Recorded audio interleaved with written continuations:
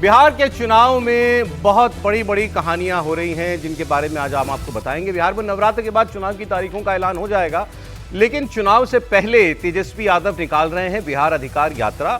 वोटरों को मनाने की, लुभाने की, समझाने की कोशिश कर रहे हैं। वोटर समझे ना समझें ये तो अलग बात है, परिवार नहीं समझ रहा है। उनकी यात्रा को लेकर लालू फैमिली की कलह खुलकर अब सीधे सोशल मीडिया के जरिए जनता के सामने आ रही है। पहले बड़े बेटे तेज प्रताप यादव कहते थे परिवार में जयचंद हैं, जयचंदों ने परिवार को तबाह कर दिया, मेरा करियर खराब कर दिया, वो परिवार से अलग हो गए। फिर अब कल भी हमने आपको बताया था जो लालू यादव की बेटी रोहिणी आचार्य हैं, जिन्होंने लोकसभा का चुनाव भी लड़ा था, और लालू जी जब बीमार पड़े और उनको किडनी ट्रांसप्लांट की जरूरत पड़ी तो इन्हीं ने बेटी का फर्ज निभाया था और अपने पिता को किडनी दी थी। अब तेजस्वी यादव के साथियों, तेजस्वी यादव के सारथी संजय यादव के खिलाफ ये खुलकर सामने आ गए हैं।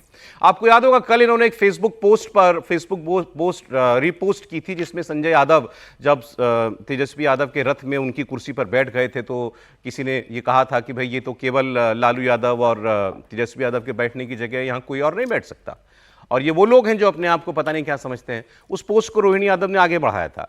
फिर उसके बाद काफी विवाद हुआ तो रोहिणी यादव ने फिर कुछ और पोस्ट की जिसमें उसी कुर्सी के ऊपर कुछ दलित नेता, एक महिला, एक पुरुष बैठे हुए दिखाई दे रहे थे। तो एक डैमेज कंट्रोल की तरह लगा कि नहीं, रोहिणी ये नहीं कहना चाहती कि उनको केवल संजय यादव से प्रॉब्लम है, वहां तो कोई भी बैठ रहा है। लेकिन अब जाने क्या हुआ बीती रात को और कल को कि रोहिणी आचार्य को अब एक बार फिर खुलकर सामने आना पड़ा और उनको यह बताना पड़ा पोस्ट करके कि मैंने अपने पिता को किडनी दी है, मैंने बेटी का बहन का फर्ज पूरा निभाया है। और वो तस्वीरें बाकायदा उन्होंने पोस्ट की। ये देखिए तस्वीर, जब ऑपरेशन थिएटर में उनको ले जाया जा रहा था किडनी ट्रांसप्लांट के लिए, वो तस्वीर जो है उन्होंने पोस्ट की है और उन्होंने लिखा है, मैंने एक बेटी व बहन के तौर पर अपना कर्तव्य एवं धर्म निभाया है और आगे भी निभाती रहूंगी। मुझे किसी पद की लालसा नहीं है, न मेरी कोई राजनीतिक महत्वाकांक्षा है। मेरे लिए मेरा आत्मसम्मान सर्वोपरि है। किसने ठेस पहुंचाई उनके आत्मसम्मान को? किसी बेटी का अपने पिता को किडनी देने की बात को कहना, बताना कि मैंने ये किया है अपने पिता के लिए, तस्वीर पोस्ट करना, किसने उनके अहम को चोट पहुंचाई?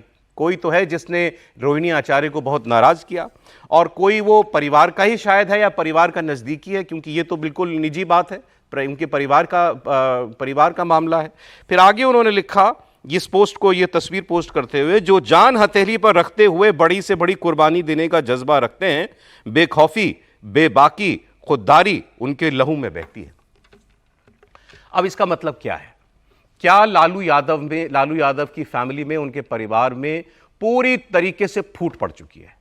क्या लालू यादव का राजनीतिक वारिस तेजस्वी यादव को बनाया जाना परिवार के और सदस्यों को बिल्कुल पसंद नहीं आ रहा है? या जिन्होंने इसको स्वीकार भी कर लिया था उनको तेजस्वी यादव जिन लोगों से घिरे हुए हैं वो बिल्कुल पसंद नहीं आ रहे हैं?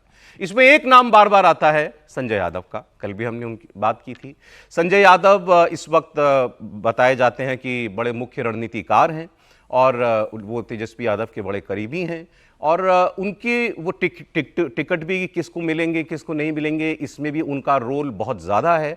और अभी बीजेपी ने एक वीडियो भी बनाया, क्योंकि कांग्रेस पार्टी ने एआई के जरिए मोदी जी और उनकी माता जी का एक वीडियो बनाया था, तो अब ऐसे एआई वीडियोस की बाढ़ आ गई है। अब उस वीडियो में क्या बताया जा रहा है? वीडियो में ये बताया जा रहा है कि परिवार में फूट डालने वाला व्यक्ति यही है, संजय यादव। ये बीजेपी ने वीडियो बना के डाला हुआ है और उसमें ये बताया जा रहा है कि इन्हीं की वजह से पहले तेज प्रताप को बाहर किया गया परिवार से, ताकि कोई चैलेंजर ना रह जाए तेजस्वी यादव का। और ये बात परिवार में बहनों को खास तौर पर पसंद नहीं आ रही है। अब इसमें कितनी सच्चाई है ये हम लोग बात कर सकते हैं, क्योंकि मामला बिल्कुल निजी परिवार का है, लेकिन क्योंकि पूरी तरीके से राजनीतिक परिवार है और चुनाव चल रहा है तो इन सब बातों की चर्चा होगी, जरूर होगी। तो मैं समीर जी से पहले पूछता हूं, सर कल लगा था कि मामला खत्म हो गया, रोहिणी आचार्य ने वो पोस्ट किया था संजय यादव के खिलाफ, उसको रीपोस्ट किया था, उन्होंने अपनी नाराजगी जाहिर कर दी थी, लेकिन फिर कल दो और तस्वीरें डाल करके उन्होंने बताने की कोशिश की कि ऐसा कुछ नहीं है। आज भी वो ये कह रही हैं कि मेरी कोई राजनीतिक महत्वाकांक्षा नहीं है। फिर ये स्ट्रेचर पर लेटी फोटो क्यों उनको डालनी पड़ी? देखिए सौरभ जी, अब ये बहुत स्पष्ट हो गया है कि रोहिणी आचार्य ने सिंगापुर से अपना बोरिया बिस्तर समेट के बिहार की राजनीति को अपना केंद्र बना लिया, परिवार के केंद्र को।